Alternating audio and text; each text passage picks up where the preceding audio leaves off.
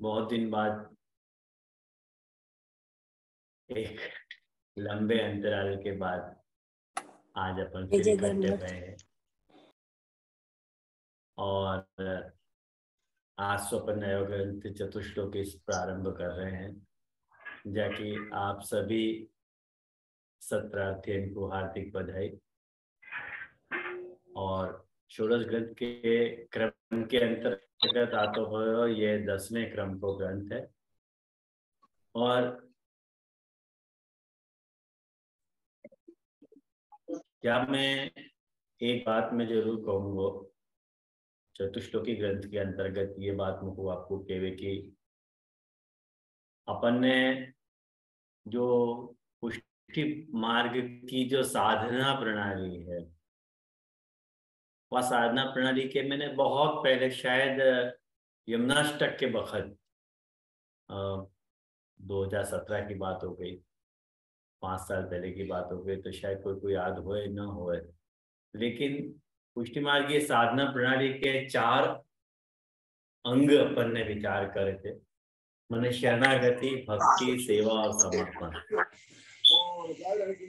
मैंने षोडश ग्रंथ को पुष्टि मार्ग की साधना प्रणाली में यदि विभाजित करना है तो 4 ग्रंथ को इन 4 में अपन ने विभाजित किए थे कि शरणागति विषयक 4 ग्रंथ और भक्ति विषयक 4 ग्रंथ और सेवा विषयक 4 ग्रंथ और समर्पण विषयक 4 ग्रंथ।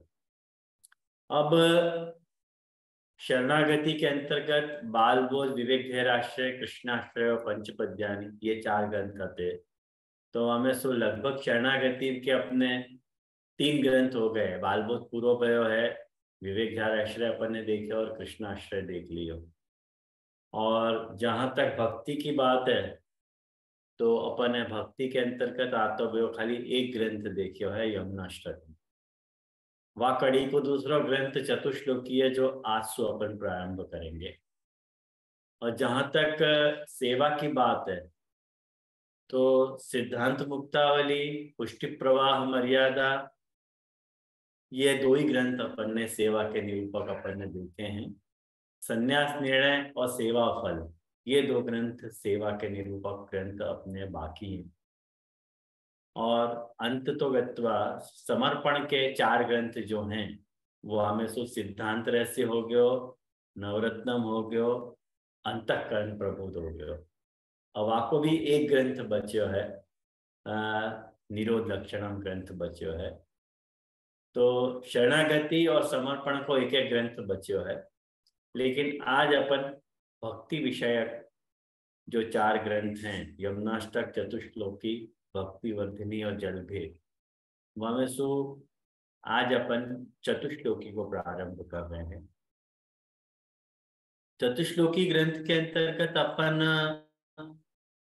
ब्रजराज जी की अपन टीका लेने वाले हैं।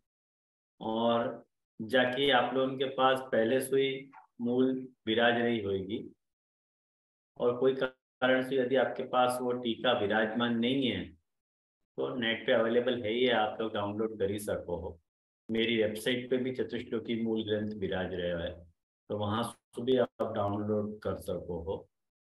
और ग्रंथ प्रारंभ करने से पहले एक स्पष्टीकरण आप लोगों को देना चाहूंगा कि चतुश्लोकी ग्रंथ में भक्ति पंचम पुरुषार्थ है, या बात को प्रतिपादन किया गया है। भक्ति जो है वो 5वां पुरुषार्थ है। भक्ति को न धर्म पुरुषार्थ में, न अर्थ पुरुषार्थ में, न काम पुरुषार्थ में, न मोक्ष पुरुषार्थ में आपको बांधे जा सके है। भक्ति अपने आप में एक स्वतंत्र 5वां पुरुषार्थ है, जाको इन 4 पुरुषार्थ के अंतर्गत खपायो नहीं जा सके है। और भक्ति की यदि बात करनी हो तो जहां तक पुष्टि मार्गीय भक्ति की बात है वैष्णव, पुष्टि मार्गीय भक्ति में सर्वात्म भाव की बात करे बिना अपन रह नहीं पाएंगे। कहें कि सर्वात्म भाव को ही दूसरों पर्याय अपने आप भक्ति को मानो गया है। और लेकिन ये जो सर्वात्म भाव है, मैं आप लोगों को सबन को एक बात आज खास ध्यान दे के सुनने के लिए कहना चाहूँगा कि आज को जो अपना विषय है वो इंट्रोडक्टरी है, लेकिन वो इंट्रोडक्शन को आप लोगों को बहुत ध्यान से सुनना है। कहें कि आखिर चतुश्लोकी ग्रंथ की जो है वो सेंट्रल आइडिया को आज अपन विचार करने वाले हैं। तो मेरा आपको अनुरोध है कि आप लोग जरा आज के लेक्चर को ध्यान से सुने और जो भी बात हो रहा है वो ओपनली डिस्कस अपन कर लेंगे, या कुछ ओपिनियन आएगा समझ में। तो मैं यूँ कह रहा था कि चतुश्लोकी ग्रंथ के अंतर्गत आतो हुए जो सर्वात्म भाव है, या सर्वात्म भाव की खूब चर्चा जितनी भी व्याख्याएं चतुश्लोकी ग्रंथ पे उपलब्ध हैं, उन सभी व्याख्याकारों ने चतुश्लोकी ग्रंथ के अंतर्गत वह बात को उल्लेख तो कियो और कियो ही है। चाहे वो कितने मन सर्वदा सर्वभावेन भजनी और ब्रजाधिपत जब कह रहे हैं, तो सर्वभाव का अर्थ कितने टीकाकार ने सर्वात्म भाव ही किया है। तो सबसे पहले मुझ को ऐसा लगे कि सर्वात्म चतुश्लोकी ग्रंथ को शुरू करने से पहले सर्वात्म भाव को अच्छी तरह से देख लेना बहुत आवश्यक है। और वैसे चतुश्लोकी ग्रंथ की कथा ऐसी है, आप लोग सभी जानो हो या बात को, कि चतुश्लोकी ग्रंथ जो है गोधरा के राणा व्यास के लिए महाप्रभु जी ने लिखो। इनको बचपन से ही अपनी वैराग्य प्रवृत्ति के कारण अपने विद्या को मद हतो, अभिमान हतो। और जब इनके माँ बाप की मृत्यु भई, तो माँ बाप की मृत्यु के बाद इनको 5-10 हजार रुपया और मिल गए। तो 500 साल पहले के 5-10 हजार रुपया मतलब 50-1 लाख जितना तो हो गए होगा। तो वह वक़्त इनको धन को भी मत भयो, और वह धन के मद के आगे ये कोई को गिनते नहीं आते, ये कोई को मतलब समझते ही नहीं आते, इनको अभिमान हो। तो और वह अभिमान के चलते जब इनको कोई एक विद्वान तो शास्त्रार्थ भयो, और वह शास्त्रार्थ में जब ये बुरी तरह से पराजित हुए, तब इनको होश ठिकाने आया और दिल पे ऐसी चोट लगी कि गंगा में डूब के मर जाने की सोची।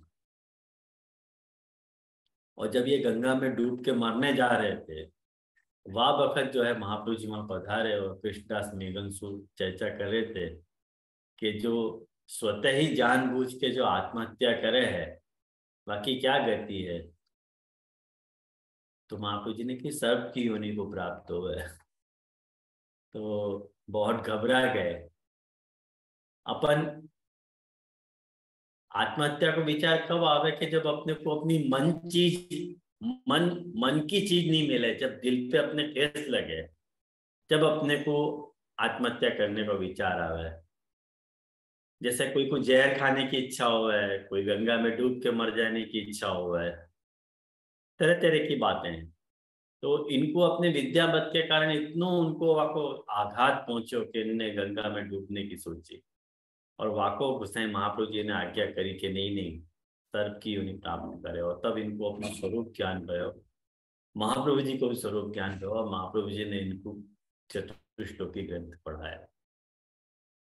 ये चतुश्लोकी ग्रंथ की शॉर्ट भूमिका है, लेकिन सारे ही चतुश्लोकी ग्रंथ में आपको एक बात बता दूं, मैं पहले भी बालबोध ग्रंथ में भी मैं यह बात की चर्चा आपके साथ कर चुकी हूँ कि 2 प्रकार के पुरुषार्थ हुए हैं।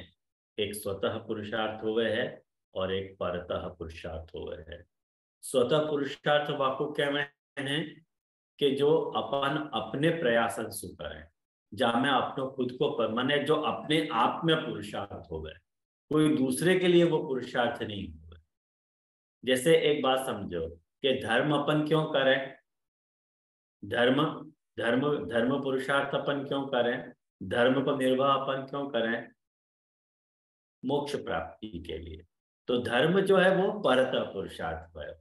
और मोक्ष जो है, मोक्ष क्यों चाहिए कोई को, आपको कोई कारण अपने को पता नहीं चले भाई मोक्ष क्यों चाहिए। हर आदमी मुक्त होना चाहे, वो मुक्त होने के कई कई स्वरूप हैं, वाक्य पर अभी अपन नहीं जाएंगे, लेकिन हर आदमी छूटना चाहे। तो मुक्त होना अपने आप में एक स्वतंत्र पुरुषार्थ है। मुक्त होने को कोई हेतु अपने को दिखे नहीं है। तो धर्म आदमी या लिए करे कि मुक्त होना चाहे, और अर्थोपार्जन व्यक्ति क्यों करे, पैसा क्यों कमावे। वाक्य दो हेतु हो सके, या तो अपनी कामना की पूर्ति करनी है वह, या तो अपनी ड्यूटी निभानी है, अपनो कर्तव्य को पूरा करना है। तो अगेन अर्थ भी परत पुरुषार्थ है और स्वतः पुरुषार्थ नहीं है। ख्याल में आया ना। तो कोई दूसरे के लिए वो पुरुषार्थ है, अपने आप में वो पुरुषार्थ नहीं है, तो वाहु परतः पुरुषार्थ कहा जाए। और जो अपने आप में पुरुषार्थ रूप है उनको स्वतः पुरुषार्थ कहा जाए। जैसे काम है, मोक्ष है, ये सब स्वतः पुरुषार्थ रूप है। जैसे कोई को काम है, कामना है कि भाई मुझको प्यास लगी है, भाई प्यास लगी है तो भाई वो पूरी होएगी तब अपने आप वो पुरुषार्थ भी पूरा हो जाएगा। वो कोई चीज के कोई को खुश करने के लिए अपन थोड़ी कोई जल पिएंगे। ख्याल में आया ना। कोई को खुश करने के लिए तो अपन जल पी नहीं सके। तो कामना अपने आप में स्वतः पुरुषार्थ है, मोक्ष अपने आप में स्वतः पुरुषार्थ है, धर्म और अर्थ जो है अपने आप में परतः पुरुषार्थ है। लेकिन इन चारों पुरुषार्थन के चलते जब भक्ति की बात आवे तब अपन को ये बात ध्यान में रखनी चाहिए विष्णु, के अपने यहाँ धर्म भी भक्ति है, अर्थ भी भक्ति है, काम भी भक्ति है और मोक्ष भी भक्ति है। माने सर्वदा सर्वभाव सु कृष्ण को भजन करना ही अपनो धर्म है। श्री कृष्ण ही अपने लिए अर्थ रूप है, निधि रूप है। यही अपने अपने माथे विराजमान स्वरूप को अपन निधि कहे जाए। तो भाई अपन यो जैसे आजकल अपने यहाँ वैष्णव मन में ये परंपरा रही नहीं रही पूछने की, नहीं तो अपने यहाँ ये पूछो जाता कि भाई तुम्हारे यहाँ कौन से निधि विराज रही। आज वो निधि शब्द महाप्रभु जी के सेव्य या गुसाई जी के सेव्य या सातों बालकन के सेव्य तक ही सीमित हो गया है। मैं पर्सनली मोको पूछो ना, मैं यह बात में विश्वास नहीं करूंगा केवल बालकन के ही माथे विराजमान स्वरूप निधि स्वरूप हूं मैं है। हालांकि अपने यहाँ या तरह की परंपरा है, आज भी है, कि जब निधि स्वरूप बोलो जाए तो कोई भी बालकन के ठाकुर जी की बात चल रही है ऐसा होगा, ऐसा अर्थ निकाले जाए। लेकिन मैं तहे दिल से यह बात को स्वीकार हूं कि वैष्णवन के माथे विराजते भाई स्वरूप भी वैष्णव के लिए तो निधि है कि नहीं। अरे चाहे बालक नहीं मानते हो, लेकिन वो अकेली निधि है। वैष्णव स्वयं अपने ठाकुर जी को निधि नहीं मान करके दर्शन के लिए मनोरथ के लिए यत्र तत्र हवेलियन में भटकते हो, वो एक कथा दूसरी है, वो एक बात दूसरी हो जाएगी। लेकिन जहां तक निधि की बात है, अर्थ की बात है, वो अपने लिए माथे विराजमान स्वरूप अपने लिए निधि सुख में आ। और वह निधि के ऊपर अपने स्वरूप के ऊपर तो बड़े बड़े झगड़ाएं अपने संप्रदाय में प्रसिद्ध हैं कि बड़े बड़े झगड़ाएं भय हैं। और अभी मैं लेटेस्ट हैंगओवर है ब्रज को मुको, ब्रज को हैंगओवर है यानी ब्रज की एक घटना मुको अभी भी याद आ गई। अभी मैं गोकुल गए तो और श्री घनश्याम जी के विरह की बैठक मैंने देखी थी। और अपने को अच्छी तरह से पता है कि जतिपुरा में गोवर्धन पूजा में कौन सा देव को सबसे ज्यादा महत्व है, गोवर्धन पूजा कौन सा मतलब कौन सा बालक करेगो, या के ऊपर बड़ो झगड़ा भयो तो।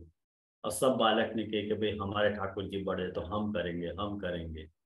फिर सहमति से डिसाइड भयो कि भाई गोकुलनाथ जी जो है वो वास्तव में जिनने गोवर्धन पर्वत धारण करो वो स्वरूप है, यानी गोकुलनाथ जी जो है वो गोवर्धन पूजा करेंगे। और बाद में सब बालक सहमत भये। लेकिन सब बालक वहां पे अपने अपने सुखपाल पे, ठाकुर जी को सुखपाल पे पधारते थे ठाकुर जी को। और वहां में गोकुलनाथ जी के ही घर के बालक वल्लभ जी, उनके ही आत्मज, उनके कारण साथ में घर के जो बालक थे घनश्याम लाल जी महाराज,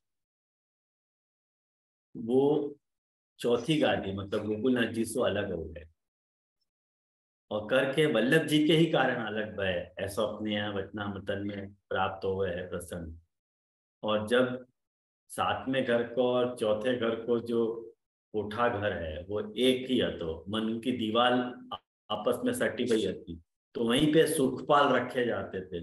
तो गोकुलनाथ जी ने घनश्याम लाल जी से कहवाई के काका जी से कहियो कि उनके मदन मोहन जी के सुखपाल को डंडा जरा वो काटवा दें, हमारे ठाकुर जी के, हमारे सुखपाल के जो है वो भीत है ना वो टूट जाएगी।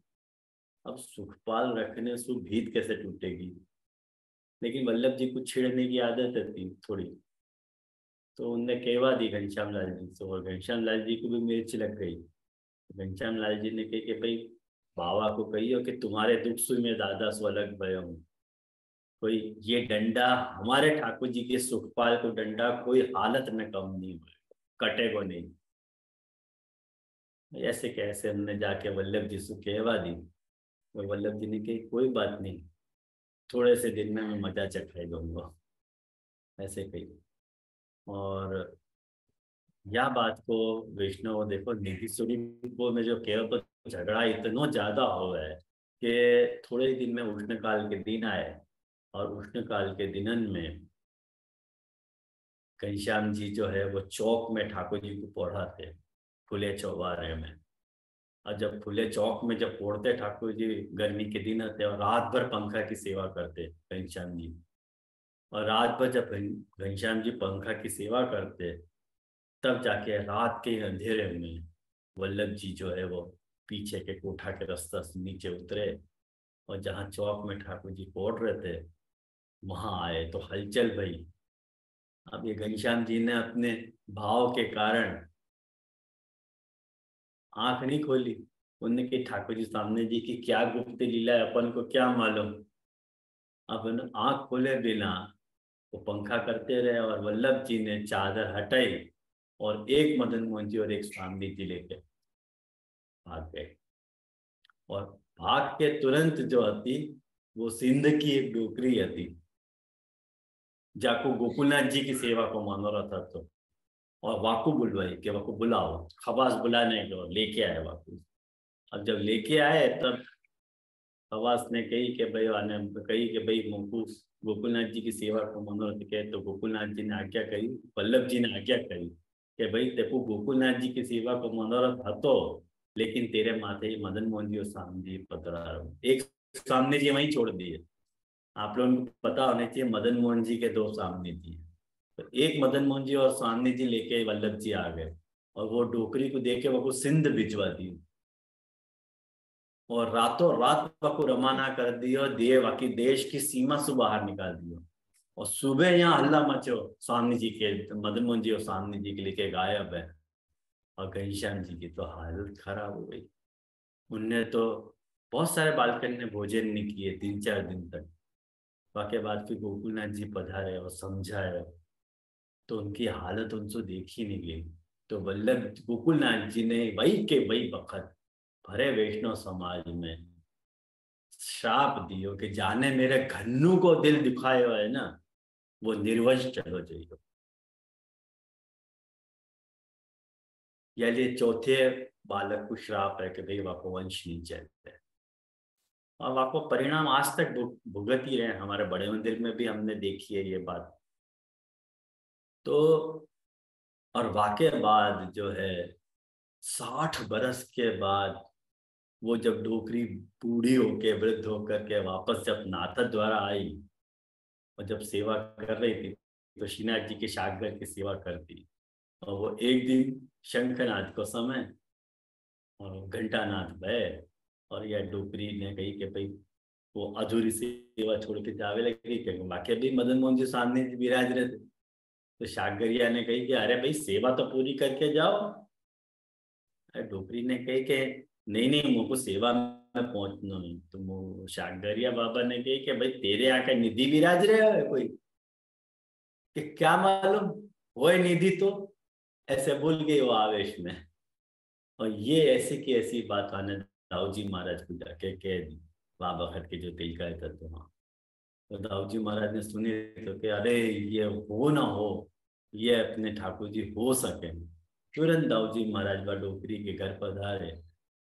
ओके, क्या आप उनको खबर करें कि हम लोग भोग धरना आना चाहें। मानी कि नहीं नहीं, मैं भोग धर के आपको बुलाऊंगी। यानी कि नहीं, हम अपने हाथ से ही धरेंगे वो। तो डोकरी के घर अंदर पधार के देखो तो मदन मोहन जी सामने जी वही निकले कि ये तो हमारे ठाकुर जी हैं। तो निकी के अरे तो को कहाँ से मिले। डोकरी ने की के आप में से कोई ने पधरा दिए, हम नाम नहीं लिया माने, आप में से कोई ने पधरा दिए, और आपके हों तो भले ले जाओ, मेरे हों तो रहने दो भाई। लेकिन दाऊ जी महाराज ने वो स्वरूप उठवा लिए वहां से, और वहां नंद भयो हो या लिए। घनश्याम जी के यहाँ घर में 2 बार नंदोत्सव हो गए। एक दिन जा दिन ठाकुर जी मदन मोहन जी और दो स्वामी जी पधारे, उनके माथे वादिन, और ये लौट के 60 बरस बाद दूसरे वापस जब पधारे तब भी नंद भयो हो, श्रावण सुद 5 को दिन है। तो याद है कि बहुत मारा मारी हो गए निधि स्वरूप के कारण, मतलब निधि स्वरूप के लिए मारा मारी होती थी। मैं उन्हीं को मारा मारी अच्छी है, लेकिन आज जा प्रकार को झगड़ा को जो स्वरूप है ना, वो लौकिक अर्थ को लेके है, अलौकिक अर्थ को लेके नहीं है। वो वो अर्थ के लिए जो लड़ाई होती थी वो एक तरह से वो अच्छी थी, और गुसैन जी भी टोकते थे वाक्य लिए। तो अर्थ पुरुषार्थ अपने आप में पुरुषार्थ नहीं है, अपने लिए जो अर्थ पुरुषार्थ है वो प्रभु है। अपने माथे विराजते भी जो निधि है वो अपने लिए अर्थ पुरुषार्थ है। और वाक्य बाद अपने यहाँ जो कामना है, तो प्रभु के दर्शन की इच्छा ही अपने यहाँ काम मानो गया है, वाकई अपने यहाँ कामना कही जा रही है। और प्रभु को हो जानो सर्वथा वही अपने यहाँ मोक्ष को स्वरूप है। धर्मो अर्थ हरिरेव ही कामो हरिद्रक्षैव मोक्षो कृष्णस्य चेत ध्रुवम। ये जो महाप्रभु जी को, महाप्रभु जी के एक कारिका है वृत्रासुर चतुश्लोकी के ऊपर, और यह एक कारिका के ऊपर गुसाई जी ने आंखों पूरा विस्तार की जो है, वो अगर अनुकूलता भई तो अपन वृत्रासुर चतुश्लोकी भी देखेंगे या के बाद वो देख लेंगे, जैसो अपना मूड रहेगा क्या है, लेकिन इच्छा तो है। तो ये कुल मिला के वैष्णव चतुश्लोकी को जो मूल है वो सर्वात्म भाव में रहे हुए है। और महाप्रभु जी के मत को जब अपन कंपेयर कर रहे हैं वैष्णव, एक बात ध्यान से आप लोग सुनो कि महाप्रभु जी के मत में और अन्य मतन में जो बेसिक डिफरेंस है, जो मूलभूत डिफरेंस है, वो यह बात कर रहे हो कि जब अन्य मार्गीय सर्वात्म भाव को उठाए हैं तो ब्रह्म भाव को छोड़ दे हैं, और कुछ जब ब्रह्म भाव को उठाए हैं तो सर्वात्म भाव को छोड़ दे हैं। अपने महाप्रभु जी के मत की एक डिसेंसी है, और महाप्रभु जी के मत की एक खासियत है कि सर्वभाव में महाप्रभु जी साकार ब्रह्मवाद को लेके चले हैं। माने ब्रह्मवाद भी आ गए हो और भक्ति भाव भी आ गए हो, और इन दोनों के सम्मिश्रण प्रकट बन भयो जो भाव है वाको अपने सर्वात्म भाव कहे जा रहे है। या के लिए मैंने सोचो कि सर्वात्म भाव के ऊपर कुछ नोट्स बना के आप लोगों के साथ शेयर करूं। तो मैं आप लोगों को नोट्स व्हाट्सएप में सेंड करी थी। तो आज अपन पहले सबसे पहले वहाँ नोट्स के ऊपर अपन कुछ चर्चा करें। जैसे दंडवत प्रणाम। और हाँ, એટલે નિરાકારત્વ અને સાકારત્વ બંનેને हाँ, સ્વીકારીને સિદ્ધ થનારો જે ભાવ એને સર્વાત્મક ભાવ, બરાબર એવું સમજાવો છો? हाँ, हाँ, हाँ, बराबर बराबर बराबर। तो अभी आप लोग देखो, आप लोग कुछ दिख रहे हो, चार्ट दिख रहे हो? हाँ हाँ हाँ जैसे देख रहे हैं। दिख रहे हो ना? हाँ। तो आप देखो, सर्वात्म भाव के जो रूप हैं, सर्वात्म भाव के कौन कौन से रूप हो सके हैं? एक ज्ञान के विचारसु और भक्ति के विचारसु सर्वात्म भाव हो सके है। देखो विष्णु, माने ज्ञान के एंगल से सर्वात्म भाव और भक्ति के एंगल से सर्वात्म भाव। एक सर्वात्म भाव को ये रूप भी हो सके। दूसरों एक रूप हो सके जब अपन भक्ति की बात करें खासकर, तो भक्ति में मर्यादा या पुष्टि के विचार से भी सर्वात्म भाव के रूप अलग पड़ जाएंगे। माने मर्यादा के हिसाब से सर्वात्म भाव को कोई एक स्वरूप है, और पुष्टि के विचार से सर्वात्म भाव को कोई एक रूप है।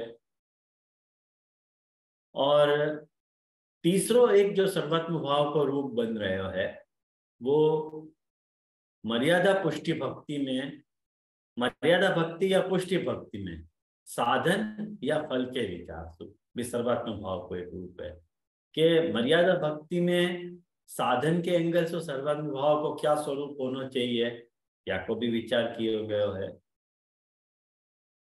मर्यादा भक्ति के हिसाब से, पुष्टि भक्ति के हिसाब से साधन के विचार से सर्वात्म भाव को क्या स्वरूप होना चाहिए, और पुष्टि भक्ति में साधन के विचार से या पुष्टि भक्ति में फल के विचार से सर्वात्म भाव को क्या स्वरूप होना चाहिए, ये हो सके है स्वरूप। ये सर्वात्म भाव को तीसरो पहलू है।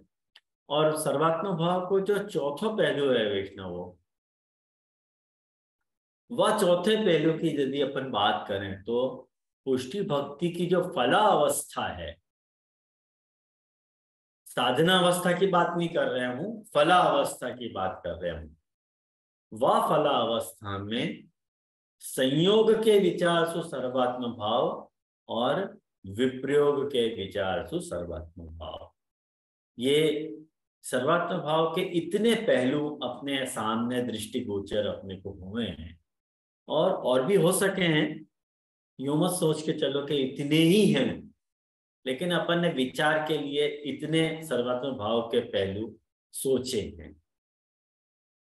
और इनमें से प्रथम जो तीन पहलू हैं, ज्ञान और भक्ति के विचार से, मर्यादा या पुष्टि के विचार से, या पुष्टि भक्ति या मर्यादा भक्ति में साधन और फल के विचार से, ये जो तीन पहलू हैं उनके ऊपर अपन फोकस नहीं कर रहे हैं, कारण कि अपनो वो प्रयोजन नहीं है। अपन को मर्यादा भक्ति या पुष्टि भक्ति में साधन या फल के विचार से, पुष्टि भक्ति में जरूर साधन या फल के विचार से अपन को विचार करेंगे, और पुष्टि भक्ति की फला अवस्था में संयोग और विप्रयोग के विचार से। तो कुल मिला के देखो, चतुश्लोकी ग्रंथ में भी सर्वात्म भाव के दो रूप अपने सामने आ गए। एक पुष्टि भक्ति में साधन और फल के विचार से सर्वात्म भाव, और पुष्टि भक्ति में फलावस्था में संयोग या विप्रयोग के विचार से सर्वात्म भाव। ऐसे दो स्वरूपन को विचार अपन अच्छी तरह से कर सकते हैं, उनके ऊपर अपन फोकस करेंगे। तो जब अपन उनके ऊपर फोकस कर रहे हैं, तब सर्वात्म भाव को यदि अपन सेंटर में रखें, तो ये आप लोग देख रहे हो आपके सामने सर्वात्म भाव आपको दिख रहे हो। तो सर्वात्म भाव के तीन, बाकी सर्वात्म भाव पद में तीन पद को अगर अपन छुट्टो कर दें, सर्व, आत्मन और भाव, ये आप लोगों को आ रहे हो ना समझ में कि मैं भाग रहा हूं? हाँ जी जा रहे हो। आ गए हो ना? तो मैंने कि मैं भाग तो नहीं रहा हूँ बहुत ज्यादा तेज। हाँ, तो देखो आप लोगों को ये दिख रहे हो कोई चार्ट या तरह से। तो सर्वात्म भाव के तीन फैसेट हैं। सर्वात्म भाव में तीन पद आ रहे हैं, एक सर्व पद है और एक आत्मन पद है और एक भाव पद है। और जब अपन इन तीनों पदन में अपन विचार करें, तो आप यहाँ में देखो कि सर्वपद को जब अपन विचार करें तो सर्वपद के 3 अर्थ निकल के अपने यहाँ सामने आवे। एक सर्व मतलब सर्व इंद्रिय और अंतःकरण की वृत्ति, वो भी एक सर्व को अर्थ हो सके है। सर्व को अर्थ सर्व वस्तु मात्र में, ऐसा भी हो सके है। और सर्व को अर्थ हो गया सभी तरह के। सर्व भाव जब अपन कह रहे हैं तो इन सर्व इंद्रिय और अंतःकरण की वृत्तियों को भाव, सर्व वस्तु मात्र में अपना भाव और सभी तरह का भाव, बहुत एक्सपेंशन हो सके को। तो ये सर्व पद की 3 संभावना है। वाकई बात जो है आत्मन पद को अपन यदि अपन ले तो आत्मन में भी, आत्मन को यदि अपन सेंटर में रखें तो आत्मन को अर्थ परमात्मा या भगवान भी हो सके है। आत्म शब्द को अर्थ अंतःकरण आदि भी हो सके है। तो और आत्मन को अर्थ जो है अभेद बुद्धि भी हो सके। अभेद बुद्धि का अर्थ क्या, जैसे अयम भद्रसेन मम आत्मा, अपन यो कह रहे ना कि ये भद्रसेन जो है वो मेरी आत्मा है, मतलब या में और मेरे में कोई भेद नहीं है। तो आत्मन शब्द वातरसु भी यूज हो गए, तो आत्मन शब्द को अर्थ अभेद बुद्धि भी हो गए है। और एक तीसरा आपको जो सर्वात्म भाव को जो पद बाहर निकल के आवे है वो है भाव। जब अपन भाव को विचार करें तो भाव के पाछे देखो 3 फैसेट अपने सामने आवे हैं। भाव का अर्थ भावना या बुद्धि भी हो सके है, भाव का अर्थ स्नेह या भक्ति भी हो सके है, और भाव शब्द को भाई आशय भी हो सके। आशय मतलब इंटेंशन। तो ये जब अपन अर्थ तीनों सोचें तो जो संभावनाएं आ रही हैं वो याद तरह से आ रही हैं कि सर्व इंद्रिय और अंतःकरण की वृत्तियंशु परमात्मा में भाव माने बुद्धि रखना। ये वाक्य तीनों के अर्थ के संयोग से कुल या कहते हैं यो समझो ना कि 27 एक ऑप्शन आ सके, हर एक के 9 या 27 ऐसे 27 या के विकल्प हो सके हैं। लेकिन मैंने खाली आप लोगों को यहाँ में 12 ही लिखे हैं, आप लोगों को जो चार्ट दियो है, और शेष काम आप लोगों के ऊपर छोड़ो है कि वाक्य बना लो ये तरह से कॉम्बिनेशन करके कि कितने तरह के सर्वात्म भाव के एंगल हो सके हैं विचारने के लिए। इतने सारे एंगल हो सके कि भाई ऐसा भी तो हो सके सभी इंद्रिय और अंतःकरण की वृत्ति तो जीवात्मा में स्नेह या परमात्मा में स्नेह, या जीवात्मा में अभेद बुद्धि या परमात्मा में अभेद बुद्धि, ऐसे आके परमुटेशन और कॉम्बिनेशन बना लोगे ना तो 27 विकल्प आपको सामने आएंगे, ये आपको दिख जाएंगे हमें। तो ये कुल मिला के सर्वात्म भाव के कितनों विस्तार है सर्वात्म भाव को। वाक्य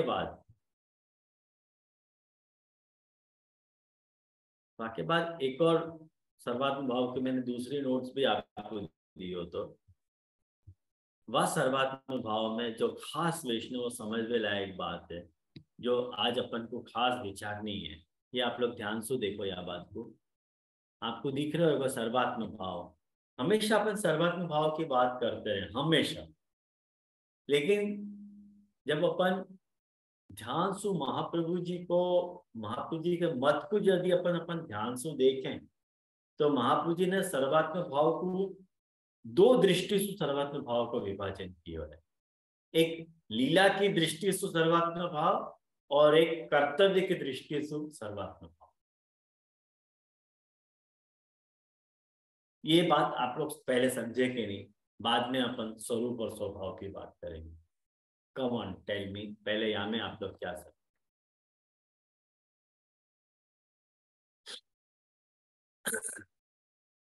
लीला दृष्टि से सर्वात्म भाव और कर्तव्य की दृष्टि से सर्वात्म भाव।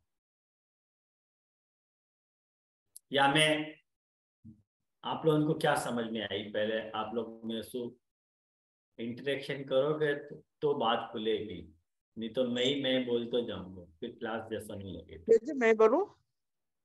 हाँ हाँ जरूर।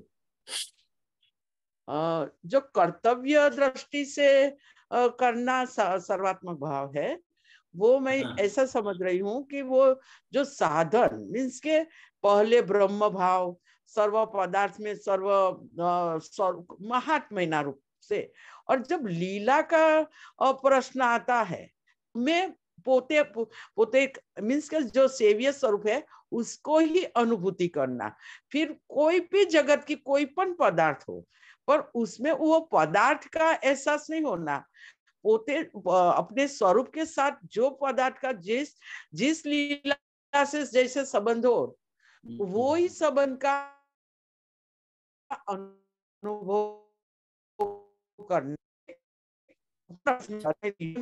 जैसे अनेक उसका बाइफर्गेशन करके बताया कि सर्वात्मक भाव का इतनी तरह से हो सकता है, जैसे पहले 4 दफा बताया, फिर उसके आत्म भाव सर्वात्मक अर्थ से ऐसे तो होता है, पर एक वाक्य में जवाब देना है तो मैं ऐसा समझ रही हूँ।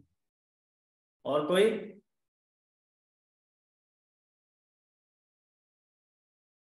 अच्छा प्रयास, ठीक है, कोई बात नहीं।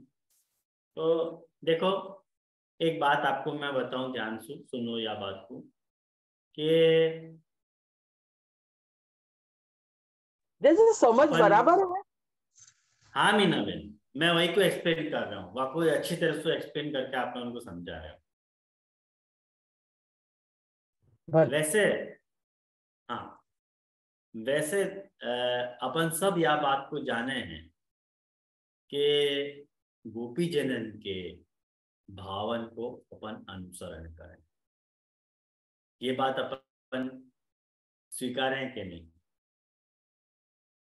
कौंडिन्यो गोपिका प्रोक्ता गुरु साधन चत, अपनी जो भी पुष्टि भक्ति है, आपको जो पुष्टि भक्ति को जो मूल स्रोत है, वो अपन श्री गोपी जनन के भाव को मान रहे हैं। अपने यहाँ ब्रज भक्तन के भावसु सेवा है, और जब अपन के यहाँ ब्रज भक्तन के भाव सु सेवा, यह बात को आप लोग ध्यान से सुनियो कि ब्रज भक्तन के भाव सु जब अपन सेवा है, तो ब्रज भक्तन ने जा प्रकार को भाव कृष्ण के लिए रख्यो હતો, वो सर्वात्मक भाव હતો। अपन को जा प्रकार को भाव कृष्ण के लिए रखनो है, वो भी सर्वात्मक भाव है। लेकिन ध्यान से समझो कि गोपी जनन ने जो कृष्ण के लिए भाव रखे, तो वाको निरूपण भागवत में मिल रहा है, कृष्ण की लीला के रूप में मिल रहे हैं। और अपन को जा प्रकार का सर्वात्म भाव प्रभु के लिए रखना है, वो अपने को कर्तव्यतया प्राप्त हो रहे हो, अपने लिए कोई लीला प्रकट नहीं हो रही है। आई ध्यान में, अपने लिए प्रभु कोई लीला नहीं कर रहे हैं, अपन को वो उपदेश प्रणाली से प्राप्त हो रहे हो, महाप्रभु जी के उपदेशन से अपने प्राप्त हो रहे हो। तो लेकिन जैसे महाप्रभु जी को, जो मैंने आपको शुरुआत में यह बात बताई थी कि हर उपदेश में महाप्रभु जी कोई लीला ढूंढे हैं, और हर लीला में महाप्रभु जी कुछ कर्तव्य ढूंढे हैं।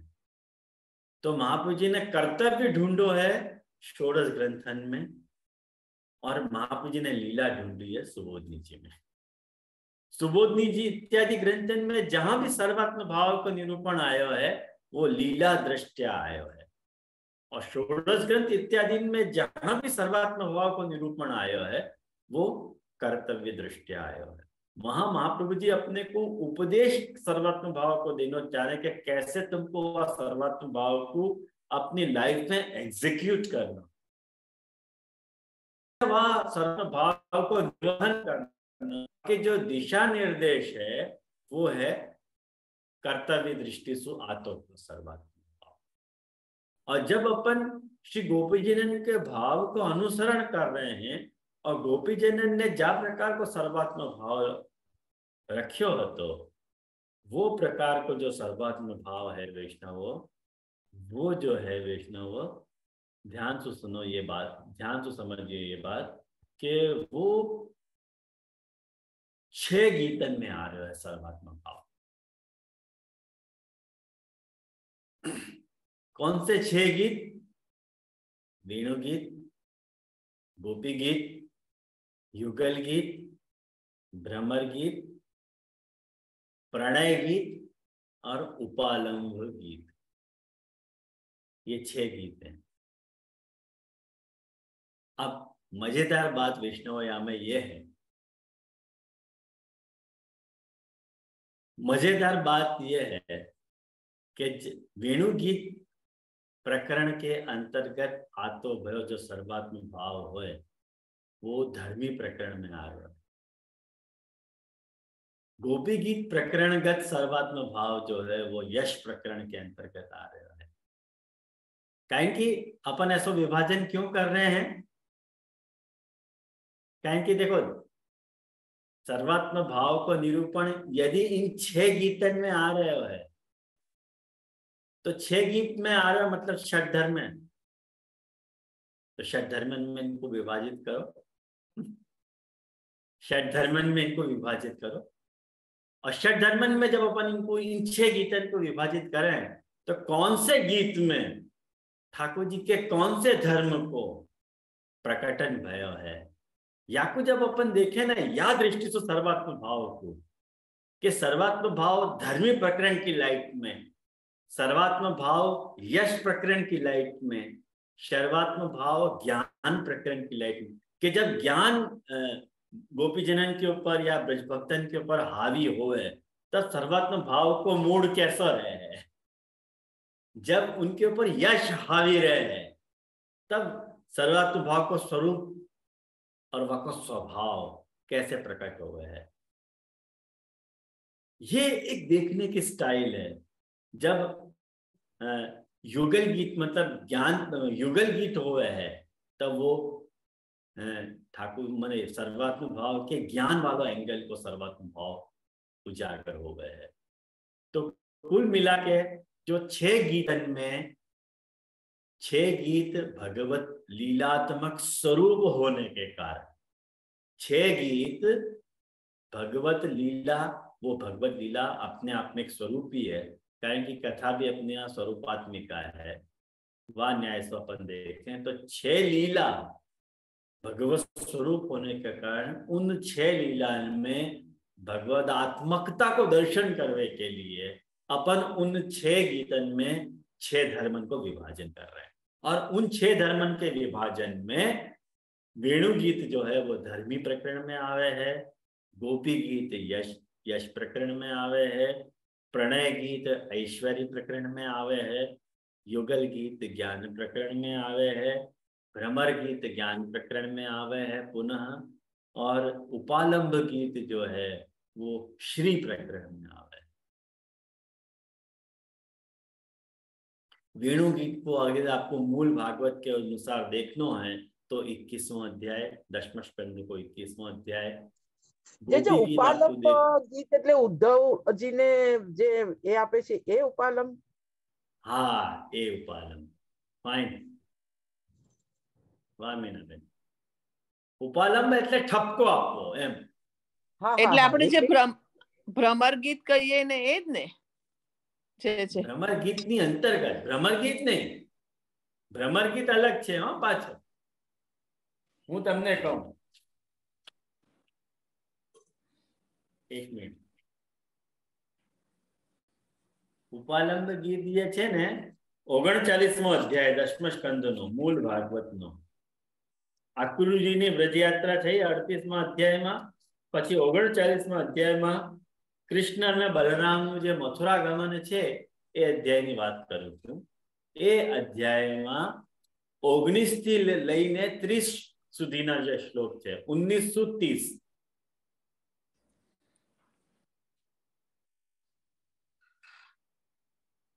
जब एक बात सुनो, गोपियन ने सुनो कि अक्रूर जी ठाकुर जी को और बलराम जी को मथुरा ले जा रहे हैं, वाह बखत अक्रूर जी को ठपका दिया है ब्रज भक्तन ने और देखो उनकी लैंग्वेज देखो आप कैसे बोल रही हैं। ब्रिज गोपिकाएं ठाकुर जी को कह रही हैं कि धन्य हो विधाता, तुम सब विधान तो करो लेकिन तुम्हारे हृदय में दया को लेश भी नहीं। व्यर्थ में लोग तुमको विधाता कह रहे हैं, तुम्हारे में दया तो है ही नहीं। पहले तो तुम એ વખતે ને જયારે ઉદ્ધવજી પધારે છે ને પછી એ લોકો એવું કે છે કે અક્રૂરજી તો નથી આવ્યા ને, એ અર્થમાં? ના ના ના, આ અક્રૂરજીની વાત છે. અક્રૂરજી જયારે અક્રૂરજી તો આવે છે ત્યાર પછી ભગવાન પધારી જાય ત્યાર પછી તો એ લોકોને શોક થાય છે ને ભગવાન, એ વખતની વાત કરો છો આપ? તમે 39મો અધ્યાય જોઈ લો ને. ઓકે, 39th અધ્યાય મૂળ ભાગવતનો. હા મીનાબેન, પ્રસંગ બી જે સમજાવ્યો ને કે હજી તો અક્રૂરજી લઈ જાય છે બલરામજી અને ઠાકોરજી. હા, ઈ સમયની વાત છે. બરાબર છે. તે વખતે લઈ જાય છે ને ત્યાર પછી પાછા ઉદ્ધવજી આવે છે ને ત્યારે પણ એ લોકો નહીં, in the process Minaben, in the process છે. લઈ જાય છે ને અક્રૂરજીને ઠપકો આપી રહ્યા છે વ્રજભક્તો, આ વાત છે. એટલે એ તો ઉદ્ધવજીની પછી આવશે વાત. ઉદ્ધવજીને વાર છે હજી આમાં, એમ ઉદ્ધવજીની પ્રમેય પ્રકરણમાં આવશે વાત. આ તો રાજસ પ્રમાણ પ્રકરણની વાત છે. બરાબર છે, રાજસ પ્રમાણ. રાજસ પ્રમાણ એ રાજસ પ્રમેયમાં આવશે. બરાબર, ખ્યાલમાં આવ્યું ને? हाँ, तो ये 19 से लेके 30 तक के श्लोक देखोगे ना, तो अभी मैं नहीं बोल रहा हूँ, जाने दो, आप लोग देख लीजिए वो सब श्लोक. 39वें अध्याय के 19 से लेके 30 श्लोक देखोगे ना, तो वहां में ठाकुर जी के लिए ब्रिजभक्त साफ कह रहे हैं कि अक्रूर वो नहीं है, अक्रूर आप हो. आप उनको नाम देकर नहीं क्रूर धर दिया, क्रूर तो आप, आपको कुछ पता चले नहीं है. आप हमको ऐसे ही तड़पती छोड़ के जा रहे हो, आप तो जाए हो कैसे जा रहे हो, वो सब बात है. तो एक बात समझो, ये उपालंब जो है ना, प्रेम की उत्कट अवस्था में जब माने उत्तम कोटि को स्नेह हो जाए ना, जैसो अपन प्रेम करते हो और वो अपने को जब नहीं मिले, जाके लिए अपन आंखें बिछाए बैठे हुए, जाके बिना अपन रह नहीं पाते हुए, और वाकु कोई छीन के ले जा तो हो अपने से, वास्तव में इनकी जो अवस्था है. तो एक बात समझे, ये उपालंब जो है ये श्री प्रकरण में आ रहा है, ये इनकी शोभा है, क्योंकि इनमें सर्वात्म भाव की शोभा प्रकट हुई है. ये सर्वात्म भाव भी तो है जो इनके मुंह से फूट पड़ रहा है कि इनके देह में, इनके इंद्रियन में, इनके अंतःकरण की सब वृत्ति इनमें कृष्ण या तरह से घुसो गया है कि वो निकाले नहीं निकल सकता है. कोई लाख उपाय कर ले ना तो भी वो दिल में जा नहीं रहा है. और वो जो वेदना है विप्रयोग की, विछोह की जो वेदना है, वो तो वही जान सके जाने वह विप्रयोग को सहन कियो है.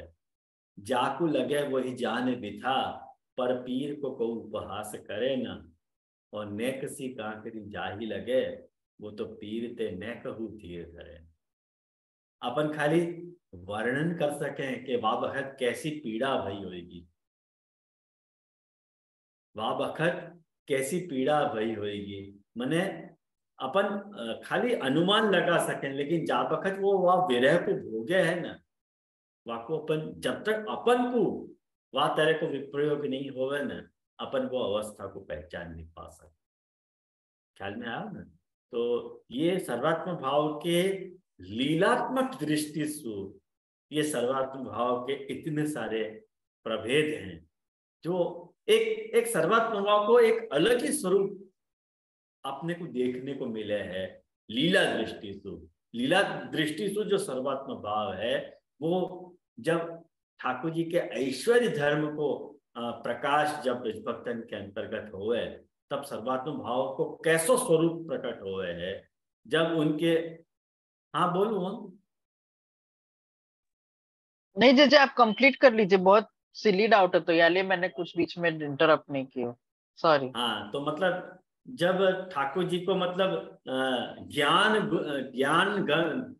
रूपी जो धर्म है वो ब्रज भक्तन के में प्रकट हो गए है, प्रकाशित हो गए है, तब सर्वात्म भाव को कौन सा स्वरूप और वाको कौन सा स्वभाव ब्रज भक्तन में प्रकट हो गए है, बाकी भी एनालिसिस, बाकी भी मीमांसा श्री महाप्रभु जी ने सुबोध निजी आदि ग्रंथन में करी है। जाकू अपन वहां जिन जिन स्थलन के मैंने निर्देश करे हैं आप लोगों को, जिन जिन गीतन के, उन गीतन की सुबोध निजी को आप देखोगे ना, तो वहां आपको सर्वात्म भाव पे वह प्रकार का एंगल आपको समझ में आएगा कि अच्छा सर्वात्म भाव को ये भी एक एंगल है, अच्छा ये भी एक एंगल है, अच्छा ये भी एक एंगल है। लेकिन वो जो सर्वात्म भाव के एंगल हैं उनको अपन एज इट इज अपन अपनी सेवा में अपन के लिए इनकॉर्पोरेट नहीं अपन कर पा रहे, क्योंकि अपन वह अवस्था से गुजरे ही नहीं है। तो अपन को जा प्रकार को सर्वभाव को उपदेश महाप्रभु जी चतुष्टों के ग्रंथ के अंतर्गत देना चाह रहे हैं, वो जो सर्वभाव है वो कर्तव्य दृष्टि से आत्म सर्वात्म भाव है, वाको स्वरूप और वाको स्वभाव, पाछो लीलात्मक दृष्टि वालों जो सर्वात्म भाव है वाक्य स्वरूप और वाक्य स्वभाव से पाछो अलग होगा, क्योंकि अपन एज इट इज को इनकॉर्पोरेट नहीं कर पाएंगे। तो अपन को जब ध्यान में रख रहे हैं महाप्रभु जी, तो सर्वात्म भाव को महाप्रभु जी कह रहे हैं कि धर्मो अर्थो हरि रे गई कामो हरि दृक्षैव मोक्षो कृष्ण से चेतो। महाप्रभु जी अपने को धर्मार्थ काम मोक्ष की विधा सु सर्वात्म भाव की तरफ अपने को धकेलना चाह रहे हैं कि पहले तुम जो सॉरी ये जो तुम्हारे चतुर्विध पुरुषार्थ है, क्योंकि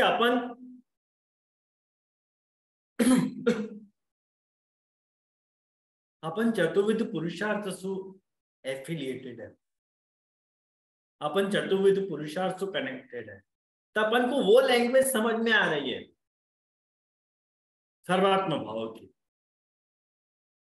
यानी महाप्रभु जी कह रहे हैं कि ये जो भक्ति जो तुम कर रहे हो ना, वो तुम्हारो इन पुरुषार्थ के अंदर खपाए जाने वालों पुरुषार्थ नहीं।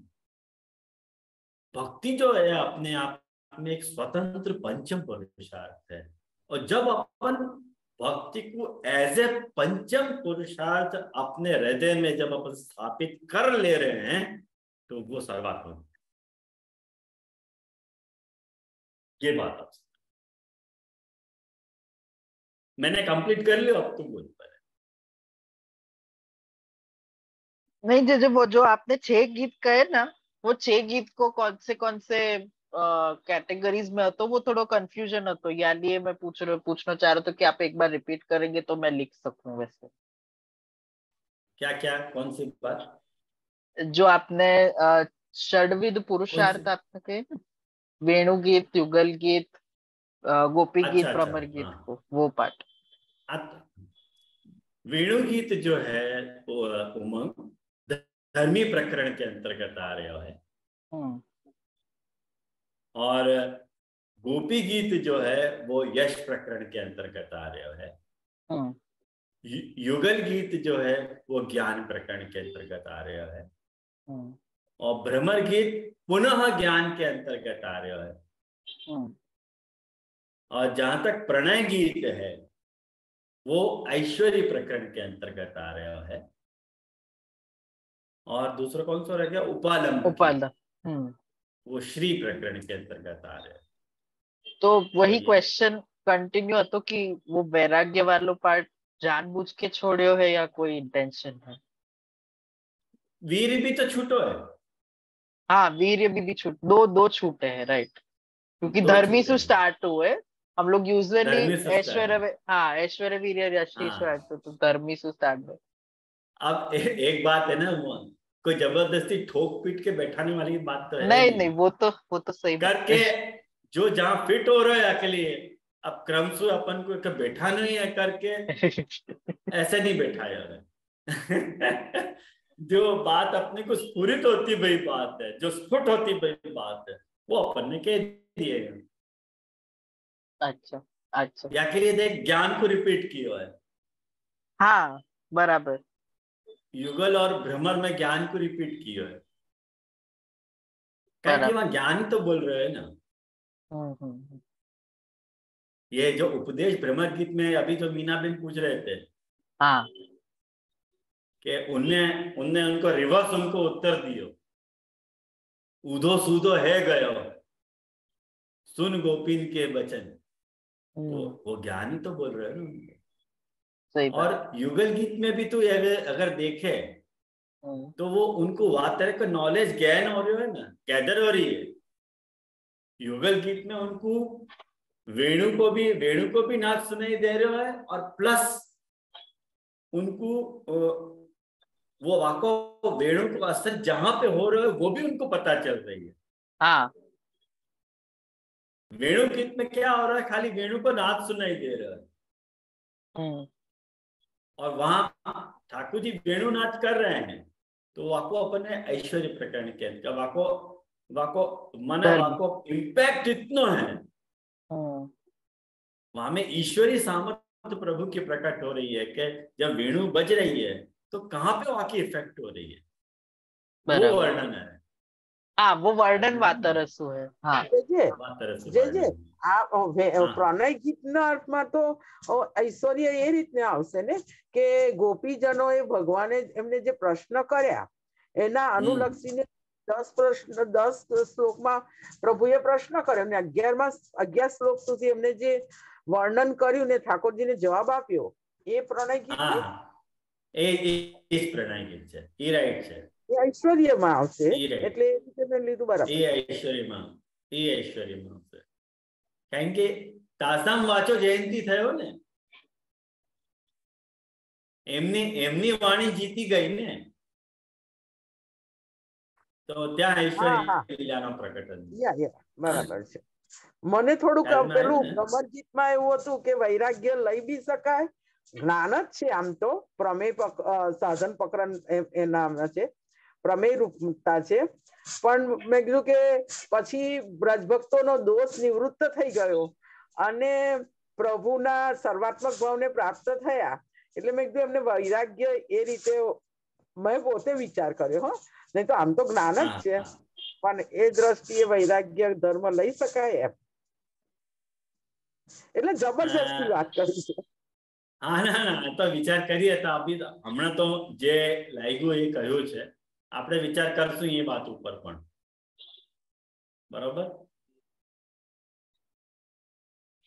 तो मेरा ये कहने का प्रयोजन है तो कि मैंने आपको ये जो शेयर किया तो ये चार्ट, या चार्ट में आप लोग देखोगे तो देखो स्वरूप और स्वभाव की बात आ रही है ना।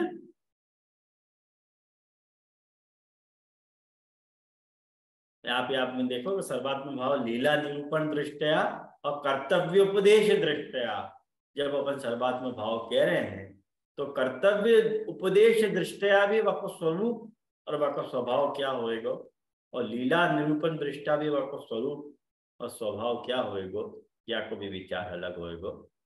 तो मोको लगे कि अपनी आज की क्लास अपन यहाँ रखें, और या के बाद को जो लेक्चर है या के बाद को जो टॉपिक है चतुष्टोकी वालों, और या के और भी एस्पेक्ट है जो मैं आप लोगों के साथ, बहुत इंटरेस्टिंग एस्पेक्ट है यहाँ के सर्वात्म भाव के, वो भी मैं आप लोगों के साथ जरूर डिस्कस करना चाह रहा हूँ चतुष्टोकी ग्रंथ को प्रारंभ करने से पूर्व।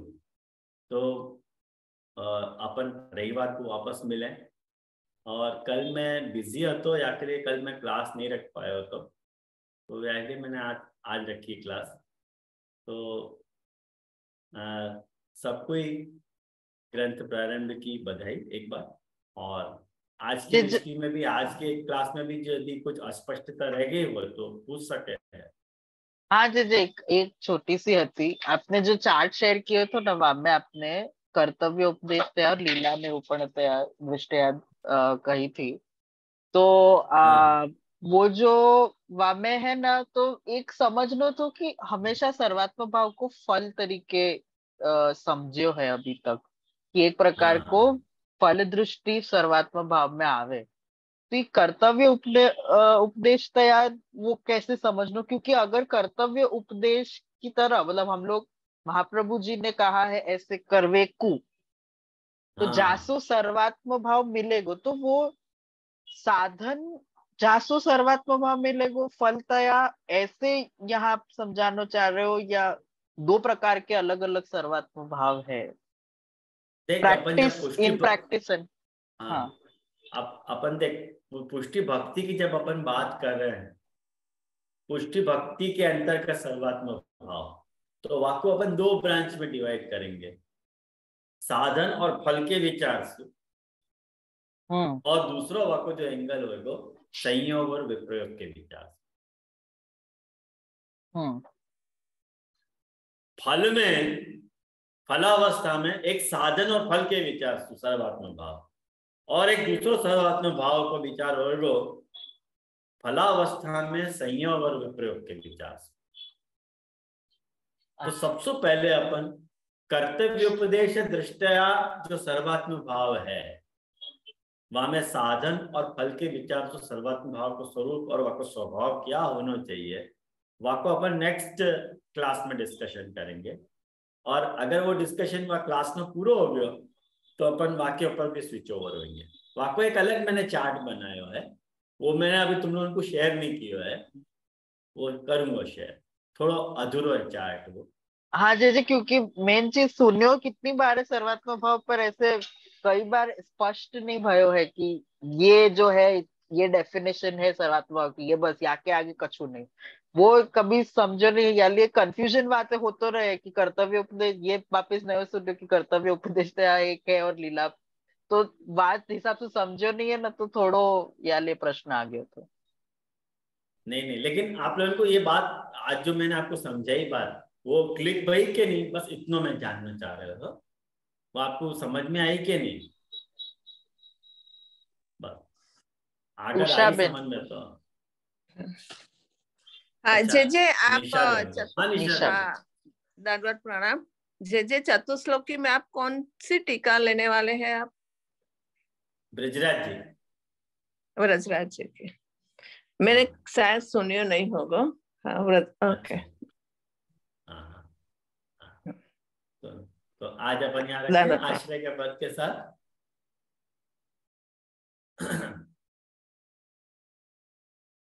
जैसो हूँ तैसो तिहारो श्रीवल्लभ,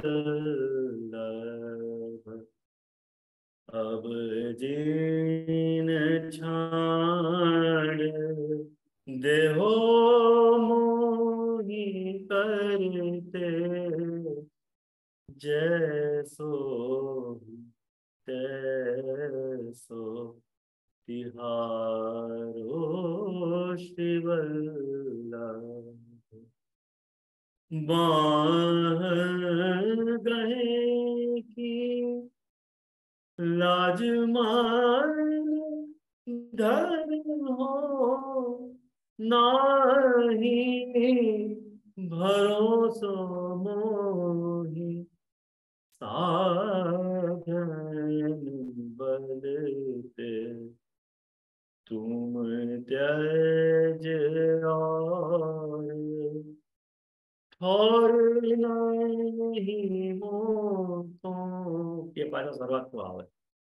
तुम त्याचे और ठोर नहीं मोह, सर्वात्म भाव है।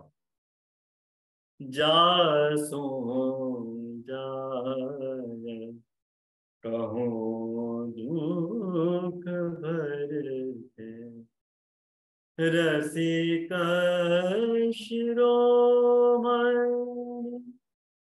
श्रीवल्लभ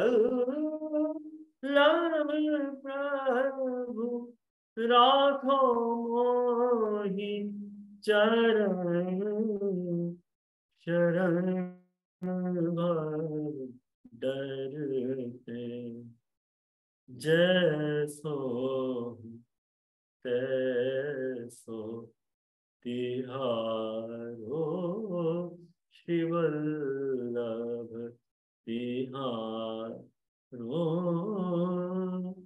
श्रीवल्लभ।